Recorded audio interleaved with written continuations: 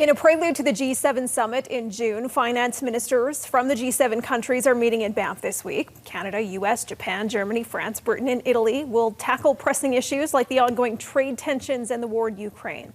Canada's Finance Minister François-Philippe Champagne joins me now from downtown Calgary. And Minister, thanks for taking the time. I also understand you just met with the Finance Minister of Ukraine. How did that go? Yes, indeed. Well, thank you very much. Great to be in Calgary. I started the weekend, meeting with First Nation. We had a big roundtable with the oil and gas industry. Then we move on this morning with Premier Smith, where we, took stock about the opportunities and possibilities we see for Alberta in doing big projects, nation-building projects. And then, you're right, we just finished a roundtable with the Finance Minister of Ukraine. The message is clear. The G7 stands behind Ukraine.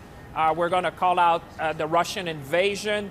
And now we're also thinking about the reconstruction of Ukraine. There's going to be a lot to do.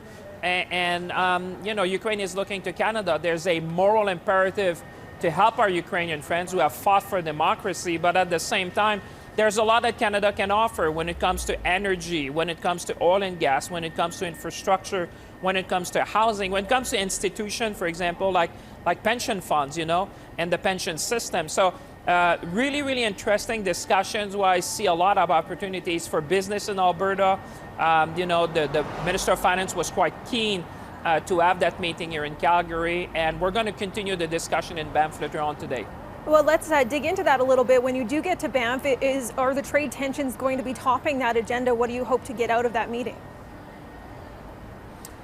Well, my mission is that we need to restore growth and we need to restore stability. We need to get back to basics. We are going to be hosting the 50th anniversary, if you want, of the G7. It started in 1975 in France. Canada is the host country now. So it's incumbent upon us to shape the global agenda. Well, because we are in the heart of oil country here in Alberta, let's talk about the energy industry then. Will the 10% tariffs on oil and gas exports from Canada be a part of that discussion over the next couple of days specifically? Are you worried about a loss of investment or any lasting damage to the industry? Well, I don't want to prejudge what's going to be discussed. I'm going to see my American counterpart, Secretary Besson, is going to be in town, and there'll be a set of things that we're going to be discussing.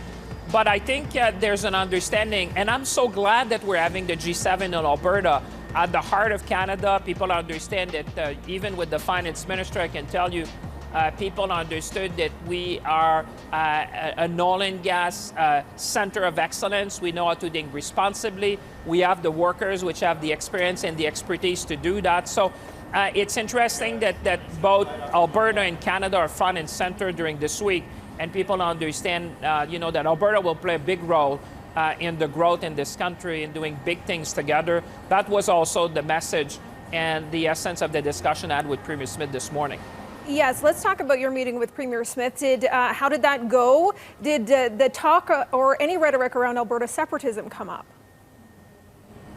Well, I have a very good relationship with Premier Smith. We've been engaging constantly. This morning was all about opportunities, making sure that we see how can we seize this moment that we have ahead of us and be ambitious and build the Canada of the future together. There's a lot of projects that we need to, bring oil to market. We've been looking at different things together, and she knows that we're keen to work together and that we are stronger together. I think there's an understanding in how we went in our discussion and say, we're going to continue to engage.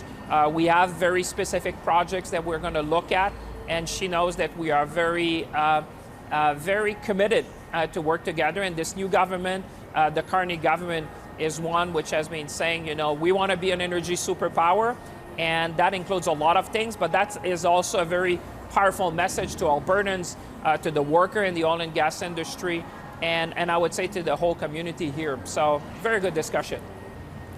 Canada's Finance Minister François-Philippe Champagne in downtown Calgary. Thanks so much for taking the time to join us today, and please enjoy our beautiful Rocky Mountains. Thank you very much. Thanks for having me.